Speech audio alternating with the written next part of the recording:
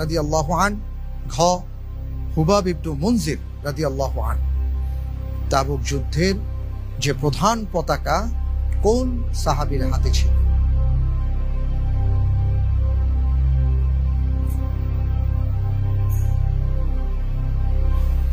ইনশাআল্লাহ আমি উত্তর বেছে নিচ্ছি ক, আবু বকর সিদ্দিক রাদিয়াল্লাহু আনহু। ফ্রিজ করে দেওয়া হোক ক আবু বকর সিদ্দিক রাদিয়াল্লাহু আনহু। আপনি যে উত্তরটি দিয়েছেন জুবায়ের আল মাহমুদ, এখানে খ জুবায়ের ইবনে আওয়াম ছিল, আপনি সেটা নেননি। আপনি লুবাব ইবনে মুনজির রাদিয়াল্লাহু আনহুর নামটিকেও গ্রহণ করেননি, এমনকি ওসাইদ ইবনে হুজাইর রাদিয়াল্লাহু আনহুর নামও গ্রহণ করেননি। আপনি চলে গেছেন ক আবু বকর সিদ্দিক রাদিয়াল্লাহু আনহুর নামে।